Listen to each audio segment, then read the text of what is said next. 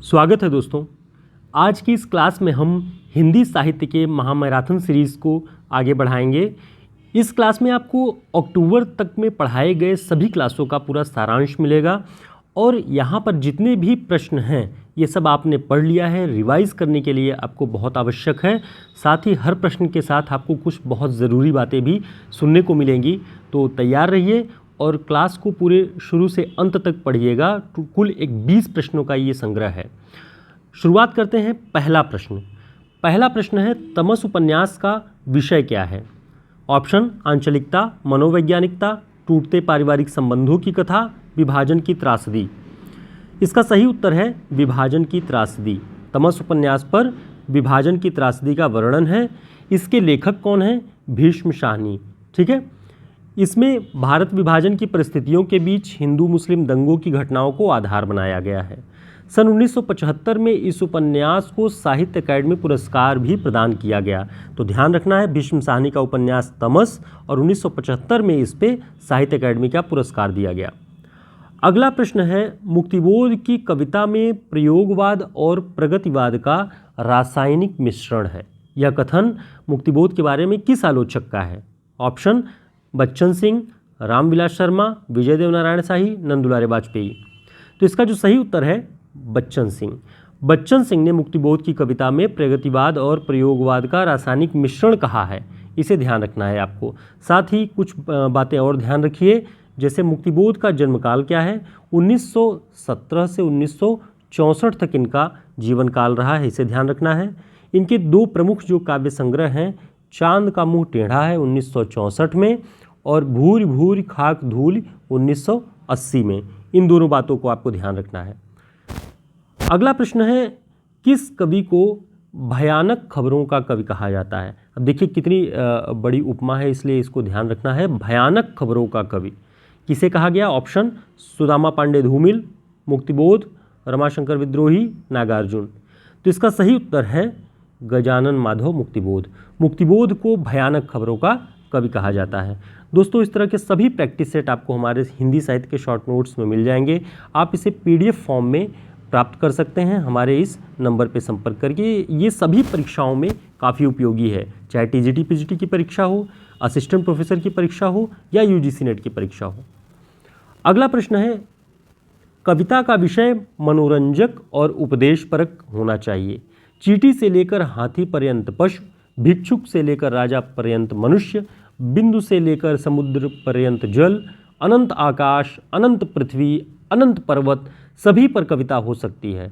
सभी से उपदेश, सभी के वर्णन से मनोरंजन हो सकता है। यह कथन किस निबंध से है?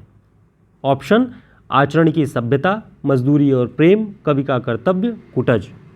तो इसका सही उत्तर है कवि का कर्तव्य। कवि का कर्तव्य आचार्य महावीर प्रसाद द्विवेदी जी का निबंध है। उसी निबंध की ये पंक्ति है जो कि बहुत प्रसिद्ध है कि चींटी से लेकर हाथी पर्यंत पशु सभी तक कविता की जा सकती है। कविता के विषय वस्तु का विस्तार पहले पहल अगर करने की बात कोई करता है तो आचार्य महावीर प्रसाद द्विवेदी करते हैं अपने निबंध कवि का कर्तव्य में। ये सभी प्रतियोगी परीक्षाओं में लगा गया निबंध है लगभग, इसलिए आपको इसे ध्यान रखना होगा। और वैसे भी हिंदी साहित्य के लिए बहुत ही टर्निंग पॉइंट रहा है, तो आपको ध्यान रखना चाहिए। अगला प्रश्न है, शिवशंभु के चिट्ठे निबंध किस पत्रिका में प्रकाशित हुआ?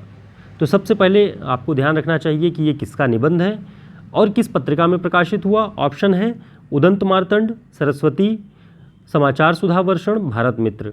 इसका सही उत्तर है भारत मित्र। और इस निबंध के रचनाकार कौन है, लेखक कौन है? बाल मुकुंद गुप्त। प्रायः बालकृष्ण भट्ट और बाल मुकुंद गुप्त में भ्रम हो जाता है, इसलिए ध्यान रखिएगा। बाल मुकुंद गुप्त जी ने व्यंग्यात्मक शैली में, कटाक्ष की शैली में इस निबंध को लिखा है। लॉर्ड कर्जन के नाम इस पत्र को वो लिखते हैं और उसे प्रजाहितैषी बनाने का प्रयास करते हैं अपने इस चिट्ठे में। ठीक, ध्यान रखिएगा। अगला प्रश्न है, एक पति के नोट्स इस उपन्यास के लेखक कौन है? ऑप्शन: गिरिराज किशोर, महेंद्र भल्ला, राजेंद्र यादव, मन्नू भंडारी। तो इसका सही उत्तर है महेंद्र भल्ला। महेंद्र भल्ला ने एक पति के नोट्स नाम से उपन्यास लिखा है। यह उपन्यास 1966 ईस्वी में प्रकाशित हुआ। यह परिवार, प्रेम संबंधों में बोरियत और उससे टूटने वाले व्यक्ति के मन की कथा है। इसमें संभवतः ऐसे ही एक पत्नी के नोट्स भी एक कोई रचना है, वो किसकी है? अगर आपको ज्ञात हो तो आप कमेंट बॉक्स में ज़रूर बताएं। इसी के साथ उसे भी ध्यान रखिएगा। अगला प्रश्न है, अलग अलग वैतरणी उपन्यास के लेखक कौन हैं? अलग अलग वैतरणी, ऑप्शन काशीनाथ सिंह, नरेश मेहता, नरेंद्र कोहली, शिव प्रसाद सिंह। तो इसका सही उत्तर है शिव प्रसाद सिंह। अलग अलग वैतरणी उपन्यास शिव प्रसाद सिंह का है। इसके साथ कुछ और पॉइंट्स आपको ध्यान रखने हैं, जैसे इस उपन्यास का प्रकाशन 1967 ईस्वी में हुआ। शिव प्रसाद सिंह का नीला चांद उपन्यास बहुत प्रसिद्ध है, ध्यान रखिएगा, नीला चांद शिव प्रसाद सिंह का है। नीला चांद उपन्यास को 2 पुरस्कार प्रदान किए गए, साहित्य अकादमी का पुरस्कार 1990 में, व्यास सम्मान 1992 में। तो दो पुरस्कार इस उपन्यास को मिले हैं, ये भी आपको ध्यान रखना है। किस सन में है वो भी ध्यान रखिएगा।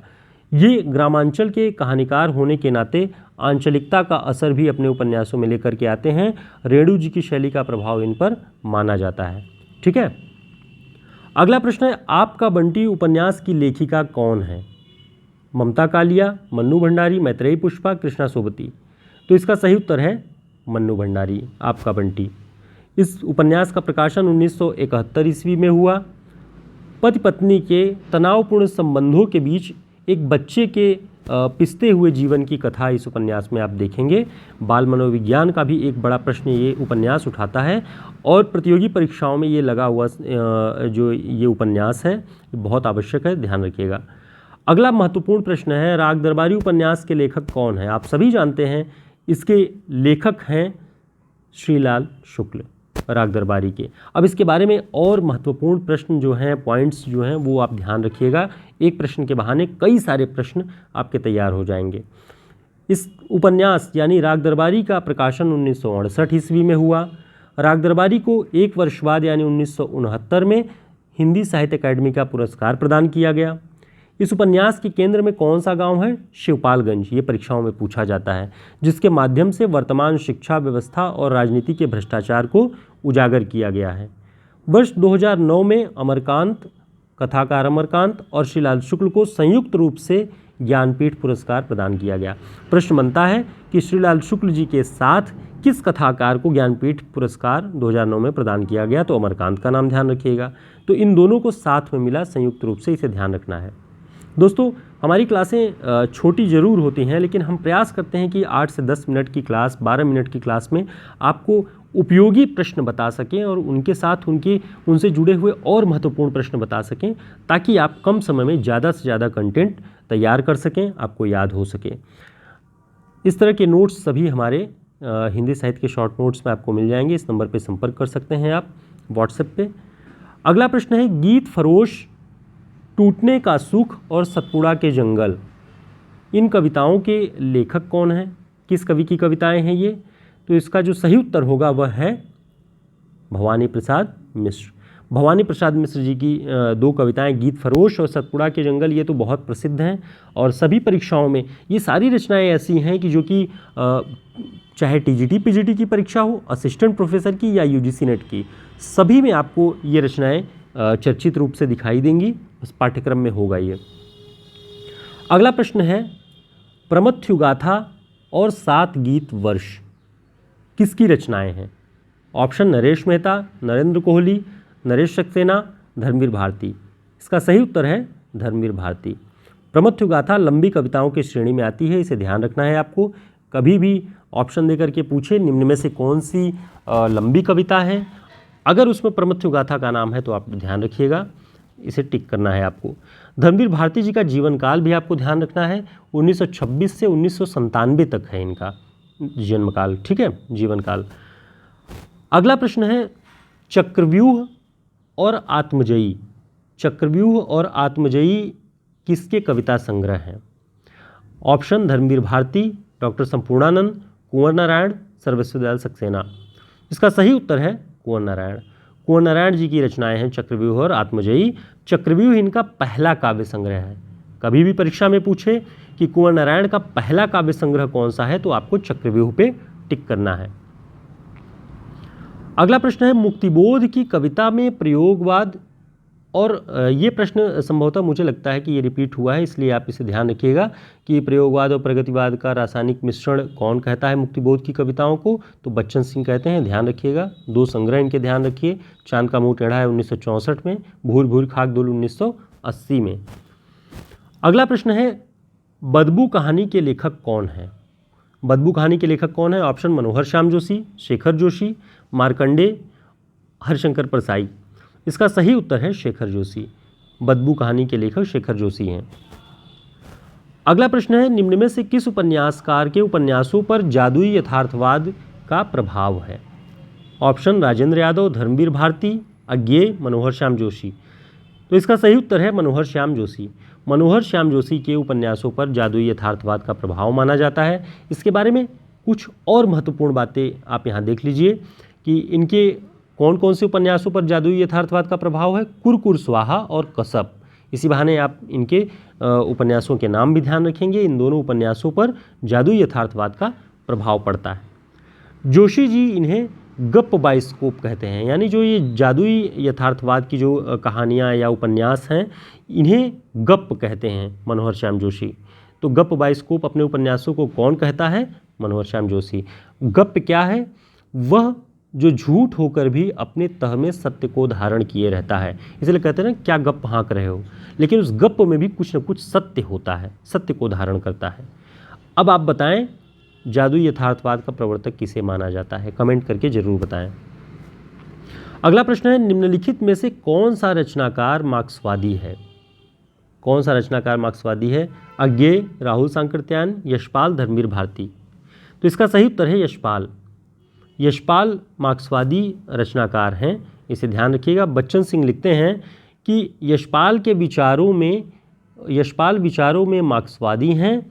उनकी दृष्टि में साहित्य साधन है, साध्य नहीं। ठीक, मार्क्स का प्रभाव तो उन पर है, फ्रायड का भी कम नहीं है। ठीक है, तो यशपाल जो है वो साहित्य को साधन मानते हैं, जिसके माध्यम से अपने विचारों को, अपने समाज की समस्याओं को, वैचारिक आग्रहों को प्रकट किया जा सकता है। ठीक, साधन है, साध्य नहीं। अगला प्रश्न है, डॉक्टर बच्चन सिंह के अनुसार स्वयंभू का पौमचर्य अधूरा था, उसे किसने पूरा किया? ऑप्शन जल्हड़, पुष्पदंत, पुष्यदंत, त्रिभुवन, इनमें से कोई नहीं। इसका सही उत्तर है त्रिभुवन। त्रिभुवन ने स्वयंभू के पौमचर्य, यानी अधूरा था पौमचर्य स्वयंभू का, और उसे त्रिभुवन ने पूरा किया। अब इसके बारे में महत्वपूर्ण बात बच्चन सिंह ने जो लिखी उसे ध्यान रखिएगा। स्वयंभू द्वारा पौमचर्य पूरा नहीं हुआ। जिस प्रकार चंद्रवरदाई की पृथ्वीराज रासो को उनके पुत्र जल्हड़ ने पूरा किया, उसी प्रकार स्वयंभू के अधूरे काम को उनके पुत्र त्रिभुवन ने पूरा किया। बहुत महत्वपूर्ण बात है, ये आपकी नज़र से हटना नहीं चाहिए, इसे ध्यान रखिएगा। अगला प्रश्न है, प्रबंध चिंतामणि के लेखक किस धर्म में दीक्षित थे? ऑप्शन बौद्ध धर्म, जैन धर्म, सिद्ध में और वैष्णव। इसका सही उत्तर है जैन धर्म में। प्रबंध चिंतामणि के लेखक कौन है? मेरुतुंग, और ये जैन आचार्य थे। प्रबंध चिंतामणि का जो रचनाकाल है वो 1304 ईस्वी में माना जाता है। अगला प्रश्न है, विद्यापति की कविता का स्थापत्य श्रृंगारिक है। विद्यापति की कविता का स्थापत्य श्रृंगारिक किसने माना है? ऑप्शन आचार्य रामचंद्र शुक्ल, बच्चन सिंह, नगेंद्र, शिव प्रसाद सिंह। तो इसका जो सही उत्तर है, इसका सही उत्तर है बच्चन सिंह। विद्यापति की कविता का स्थापत्य श्रृंगारिक मानते हैं। विद्यापति को अपरूप का कवि भी कहा जाता है, अपरूप। ठीक है। अगला प्रश्न है, लोरिक चंदा की कहानी किस रचना में पाई जाती है? लोरिक चंदा की कहानी किस रचना में पाई जाती है बताएं। ऑप्शन चंदायन में, मृगावती में, पदावली में, कीर्तिलता में। इसका सही उत्तर है चंदायन में। लोरिक चंदा की कहानी किस रचना में पाई जाती है? चंदायन में। यह एक लोक कथा है। लोरिक एक लोक गाथात्मक पुरुष है जो मिथकीय पात्र बन गया है। मिर्जापुर, बलिया, भोजपुर, भागलपुर आदि पूर्वांचल क्षेत्रों में यह काफ़ी लोकप्रिय है। अगला प्रश्न है, चंपू काव्य का उदाहरण कौन सा है? ऑप्शन भाषा योग वासिष्ठ, चंदायन, राउरवेली, कीर्तिलता। तो इसका सही उत्तर है राउरवेली। चंपू काव्य का उदाहरण है राउरवेल। और राउरवेल का अर्थ क्या है? राउरवेल का अर्थ है राजविलास, इसे ध्यान रखना है। राउरवेल का मतलब राजविलास। इसकी भाषा अपभ्रंश है और इसका गद्य लोक भाषा मिश्रित है, ये बच्चन सिंह कहते हैं। ठीक, तो ध्यान रखें। और साथ ही आप लोग हमारी क्लासेस के साथ में इस नोट्स का अध्ययन जरूर करें। ये नोट्स आपके लिए काफ़ी उपयोगी होगा। आचार्य रामचंद्र शुक्ल, बच्चन सिंह और नगेंद्र की पुस्तक के आधार पे हमने महत्वपूर्ण प्रश्नों को इसमें सेलेक्ट किया हुआ है। लगभग 35 बड़े रचनाकारों के ऊपर बनने वाले सभी प्रश्नों का पूरा कलेक्शन वन लाइनर में है। साथ ही भाषा विज्ञान, काव्य शास्त्र और पुरस्कारों से संबंधित जो प्रश्न हैं वो भी हैं। साथ ही प्रैक्टिस सेट का एक बड़ा हिस्सा इसमें है जो कि आपके लिए व्याख्यात्मक रूप से हमने तैयार किया हुआ है। तो इसे आप ले सकते हैं हमारे नंबर पर संपर्क करके। फिर मिलते हैं एक नई क्लास में नए पैटर्न के साथ, नए प्रश्नों में। तब तक के लिए नमस्कार, शुभकामनाएं।